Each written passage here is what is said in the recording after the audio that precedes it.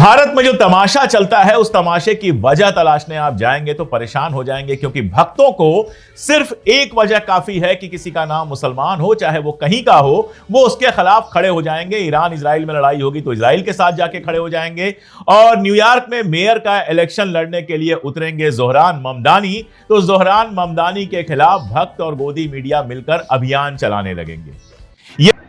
बिस्मिल्लाहिर्रहमानिर्रहीम, अस्सलाम वालेकुम। आज की इस वीडियो में हम आपको दिखाएंगे कि कैसे मुसलमान होना भारत में जुर्म बन जाता है, वो चाहे मुसलमान भारत का हो या भारत से बाहर कहीं रहता हो। ज़ोहरान ममदानी अमेरिकन है और वो अमेरिका में न्यूयॉर्क सिटी में मेयर का इलेक्शन लड़ रहे हैं। चूँकि वो मुसलमान है तो इंडिया में गोदी मीडिया ने उनके खिलाफ जहर उगलना शुरू कर दिया है। तो इसके बाद इंडिया के ही एक सीनियर जर्नलिस्ट जनाब अशोक कुमार पांडे जी ने खुद ही इंडियन मीडिया को एक्सपोज कर दिया है, इंडियन मीडिया की पोल खोल दी है और वो सारी चीज़ें अपनी वीडियो में दिखाई हैं जो गोदी मीडिया ज़ोहरान ममदानी के ख़िलाफ़ बक कर रहा है। पहले वीडियो देखते हैं और उसके बाद इस पर तबसरा करेंगे। ये बेचारे भक्त अगर वीजा लेने जाएं तो अमेरिका का वीजा भी इनको नहीं मिलना, वैसे वीजा कहां से लेने जाएंगे? जितने पैसे आईटी सेल इनको देता है उसमें पटना से दिल्ली आ जाएं, यही बहुत बड़ी बात है। दिल्ली से न्यूयॉर्क जाना इनके लिए कहां मुमकिन होगा? खैर, वोट आपको यहां पे देना है, सुविधा यहां पे लेनी है, और बात हो रही है ज़ोहरान ममदानी का। मुखालिफत कर रहे हैं ज़ोहरान ममदानी की, क्योंकि न्यूयॉर्क से वो इलेक्शन लड़ रहे हैं और वो मुसलमान हैं, और पहली रेस जो डेमोक्रेटिक पार्टी के अंदर की रेस थी वो रेस जीतकर अब मुख्य उम्मीदवार बन गए हैं। तो यहां पर भक्तों के पेट में दर्द शुरू हो गया है। कमला हैरिस चुनाव लड़ रही थी तो वो हिंदुस्तानी हो गई थी, तब कमला हैरिस को सब जो है हिंदुस्तानी है कर रहे थे। कहीं और कोई ऋषि सुनक चुनाव जीत जाए तो वो हिंदुस्तानी है, लेकिन ज़ोहरान ममदानी अगर चुनाव लड़ जाए, न्यूयॉर्क के मेयर का इलेक्शन लड़ जाए, तो उसके हिंदुस्तानी होने को सेलिब्रेट नहीं कर पाते। ऋषि सुनक तो शायद ही हिंदी बोल पाते होंगे, ज़ोहरान ममदानी का जो पूरा इलेक्शन कैंपेन है उसमें वो हिंदी में भी भाषण दे रहे हैं, बॉलीवुड की फिल्मों का यूज कर रहे हैं, एक से एक शानदार तरीके से भाषण दे रहे हैं। लेकिन हमारे यहां पता नहीं क्यों भक्तों के और नोएडा वाली जो गोदी मीडिया है उसके पेट में बहुत ज्यादा दर्द उठने लगा है। आप कल की न्यूज़ेस देखिए, न्यूज नेशन की, आप जरा हेडलाइन देखिए क्या लगाते हैं, थंबनेल क्या लगाते हैं। राम मंदिर विरोधी ज़ोहरान ममदानी की जीत पर ट्रंप ने ऐसे निकाली भड़ास। ट्रंप आपका राम मंदिर का समर्थक था, ट्रंप भगवान जी की पूजा करता है। उसके बाद देखिए दूसरा जो थंबनेल आपको दिखा रहा हूं वो अंजना ओम कश्यप के ब्लैक एंड व्हाइट का है। इसमें वो लिखती हैं, न्यूयॉर्क में मेयर की चेयर पर भारत और हिंदू विरोधी ममदानी, भारत विरोधी ममदानी न्यूयॉर्क के मेयर बन जाएंगे। ये भाषा है हमारे टीवी चैनलों की। अमेरिका में चुनाव हो रहा है, वहां भी एक मुस्लिम की मुखालफत करने के लिए ये सारे लोग लग गए। वैसे मैं आपको कुछ और बात करने से पहले एक स्क्रीनशॉट दिखा देता हूं। ये फेसबुक का स्क्रीनशॉट है, और ये जो स्क्रीनशॉट है ये न्यूयॉर्क में अमेरिका में जो भारत की एम्बेसी है वहां के एक स्टेटस का स्क्रीनशॉट है, जिसमें लिखा हुआ है कि 12 अप्रैल 2025 को वहां पर जो ईद मनाई गई उसमें जो खास लोग उपस्थित थे उसमें ज़ोहरान ममदानी भी थे। इन सब का शुक्रिया भी अदा किया गया। तो इंडियन एम्बेसी जो अमेरिका में है वो ज़ोहरान ममदानी का शुक्रिया अदा करती है, और ये हमारे गोदी मीडिया के चैनल जिनका कहीं कोई असर नहीं पड़ना है वो ऐसे बात कर रहे हैं जैसे ज़ोहरान ममदानी को चुनाव हराने पर लग गए हैं। इनको अब नहीं याद आ रहा है कि ज़ोहरान ममदानी भी तो हिंदुस्तानी है, उसकी मां तो मीरा नायर है, और उसके फादर जो महमूद ममदानी है वो बेसिकली गुजराती मूल के हैं। युगांडा में रहे, वो युगांडा से गए अमेरिका पढ़ाई करने के लिए, फिर लौट के वो युगांडा आए। युगांडा में जब ईदी अमीन ने भारतीयों को निकाला तो उनको फिर से निकाल दिया गया। लंबा संघर्ष है उनका, लेखक हैं, और वहां पर समाज में जो गैर बराबरी है उसके खिलाफ लड़ने वालों के रूप में वो जाने जाते हैं। लेकिन इन सबसे मतलब नहीं है, मतलब इस बात से है कि ज़ोहरान ममदानी मुसलमान है और मोदी जी का समर्थक नहीं है। पहली बात तो यह समझ लेना चाहिए कि मोदी जी भारत नहीं है, सॉरी, मोदी का विरोध भारत का विरोध नहीं है। मोदी एक व्यक्ति हैं, देश के प्रधानमंत्री हैं, प्रधानमंत्री बदलते रहते हैं। आजादी के बाद से अब तक कई प्रधानमंत्री बदल गए, लेकिन जवाहरलाल नेहरू जब प्रधानमंत्री थे तो उनका विरोध देश का विरोध नहीं था। इंदिरा गांधी जब प्रधानमंत्री थी और ये लोग सड़कों पर आकर इंदिरा गांधी के लिए अपशब्दों का उपयोग करते थे तो वो भी देशद्रोह नहीं था। राजीव गांधी के खिलाफ चोर होने की बात सड़कों पर आकर कही गई, लेकिन राजीव गांधी ने कभी नहीं कहा, या उस समय की मीडिया ने कभी यह नहीं कहा कि यह देशद्रोह है। तो ना राजीव गांधी भारत थे, ना इंदिरा गांधी भारत थी, ना जवाहरलाल नेहरू भारत थे, और ना ही मोदी जी भारत हैं। तो अगर कोई मोदी जी का विरोध करता है तो वो भारत का विरोध नहीं करता है। ज़ोहरान ममदानी अगर गुजरात में जो गोधरा के बाद सारा कुछ हुआ है, जिस तरह के दंगे हुए हैं, जिनकी बहुत सारी हकीकत जनता के सामने आ चुकी है, जिन लोगों ने उस दंगे में पार्टिसिपेट किया वो कैमरे पे आके क्या क्या बोल चुके हैं वो सब आप जानते हैं। अगर उन दंगों की मुखालिफत की ज़ोहरान ममदानी ने तो यह भारत की मुखालिफत नहीं है, नंबर एक। दूसरी बात, भारतीय जनता पार्टी का विरोधी होना हिंदू विरोधी होना नहीं होता है। राष्ट्रीय स्वयंसेवक संघ का विरोधी होना हिंदू विरोधी होना नहीं होता है। सरदार पटेल जिंदगी भर आरएसएस के खिलाफ रहे, आरएसएस के खिलाफ उन्होंने बैन लगाया।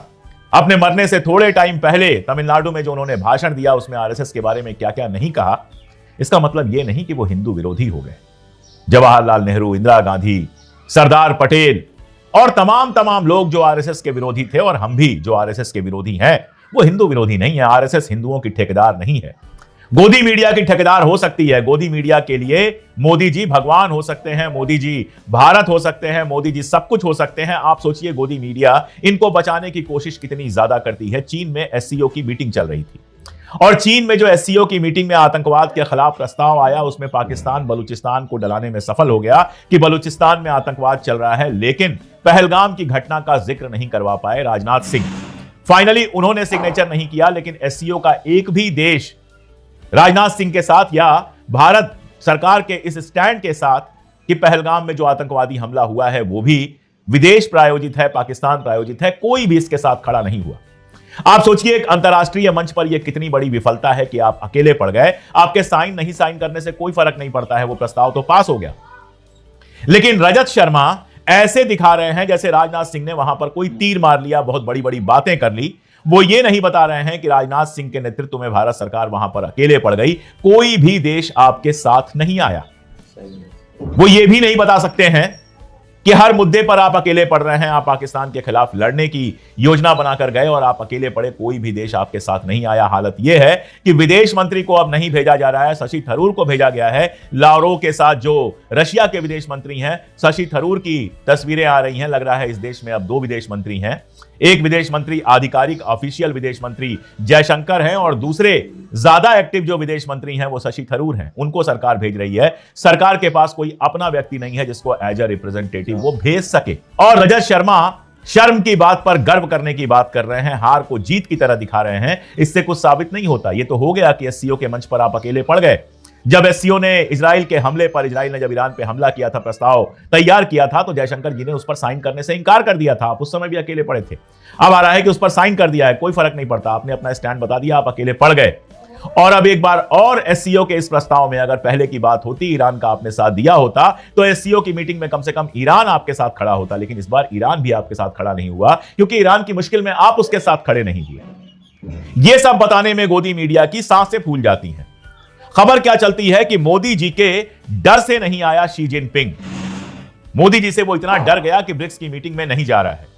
अब मोदी जी से शी जिनपिंग कितना डरता है, यह आप अच्छी तरह से जानते हैं। जो शी जिनपिंग ट्रंप से नहीं डरता है। ट्रंप ने जब लड़ाई शुरू की, टैरिफ की, तो ये कहे 30 तो वो कहे 40, ये कहे 50 तो वो कहे 70। जो ट्रंप के सामने नहीं झुका, वो उन मोदी जी के सामने क्या झुकेगा जो ट्रंप को इस बात का जवाब भी नहीं दे पा रहे कि तुम 18-19 बार ये क्यों कह रहे हो कि व्यापार के चलते समझौता हुआ था। समझौता तो नहीं हुआ था, पाकिस्तान हमारे पास आया था समझौता कराने। जो मोदी जी ट्रंप के सामने इतना बोलने की हिम्मत नहीं कर पा रहे हैं, उन मोदी जी से शी जिनपिंग डर जाएगा। और एनडीटीवी, जो अब गौतम अडानी टीवी हो चुका है, वो ऐसी फर्जी खबरें चलाकर भक्तों को खाद पानी देता रहेगा, भक्तों की नसों में अफीम का इंजेक्शन लगाता रहेगा, ताकि भक्तों को लगे बस हमारे डंके बज रहे हैं। ममदानी से वाकई ट्रंप परेशान है। दरअसल वहां पर डेमोक्रेटिक पार्टी है, रिपब्लिक पार्टी है। डेमोक्रेटिक पार्टी से आते हैं ममदानी, और इसीलिए ममदानी के अभियान को आप देखते हैं। डेमोक्रेटिक पार्टी के जो सबसे सीनियर सेनेटर हैं बर्नी सैंडर्स, वो भी समर्थन देते हैं।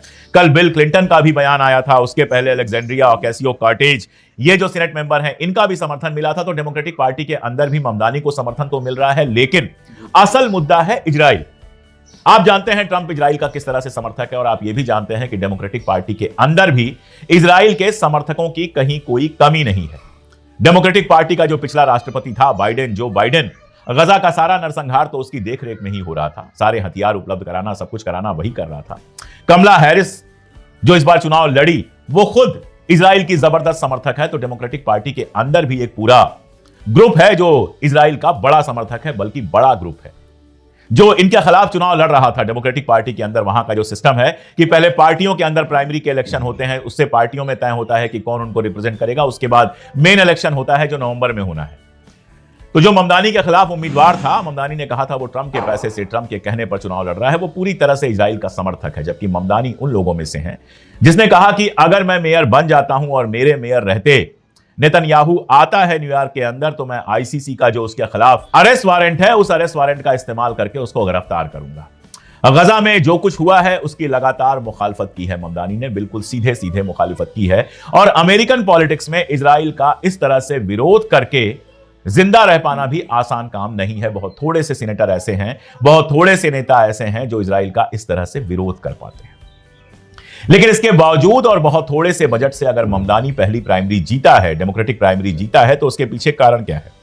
उसके पीछे कारण बहुत साफ है, क्योंकि वो जनता के मुद्दे उठा रहा है। अब देखिए, आम जनता हर जगह परेशान है। अमेरिका से, अमेरिका बेहद अमीर देश है, अमेरिका में अमीरों की कोई कमी नहीं है, न्यूयॉर्क तो अमीरों का शहर है, लेकिन वहां भी गरीबी अपने आप में समस्या है। इस तरह की रिपोर्ट्स लगातार आती रहती हैं कि लोग मकानों का किराया नहीं दे पा रहे। ऐसे लोग हैं जो 2-2, 3-3 नौकरियां कर रहे हैं और फिर भी जिंदगी चलाना बेहद मुश्किल हो गया है। स्थिति यह है कि वहां पर जो बस सेवा है वो भी इतनी महंगी हो गई है कि आम लोगों के लिए उसका फायदा उठाना मुश्किल हो रहा है। बेघर लोगों की तादाद लगातार बढ़ती जा रही है, यानी ऐसे लोग जो अपने लिए घर अफोर्ड नहीं कर सकते हैं, जो सड़कों पर रह रहे हैं। अमेरिका ने बेतहाशा पैसा लुटाया है युद्धों पर, इजराइल पर और तमाम जगहों पर, लेकिन वो अपने नागरिकों को बहुत सारी बेसिक सुविधाएं देने में नाकामयाब रहा है। यहां तक कि जब ट्रंप भी इलेक्शन लड़ रहे थे तो अंडों के दाम और पता नहीं किसकी किसकी बात कर रहे थे, लेकिन जाहिर है कि ट्रंप के आने के बाद भी कोई खास बदलाव नहीं आया है। आप यूरोप में जाएंगे तो वहां की सबसे मजबूत चीज कोई मुझे समझ में आती है, तो वो आती है health care system. Health care system वहां पर है जिसमें नागरिकों को बीमार पड़ने पर सारी सुविधाएं फ्री मिलती हैं। उसके लिए जो पेमेंट टैक्स वगैरह होता है वो तो होता है, लेकिन उसके बाद वो सब फ्री मिलती है।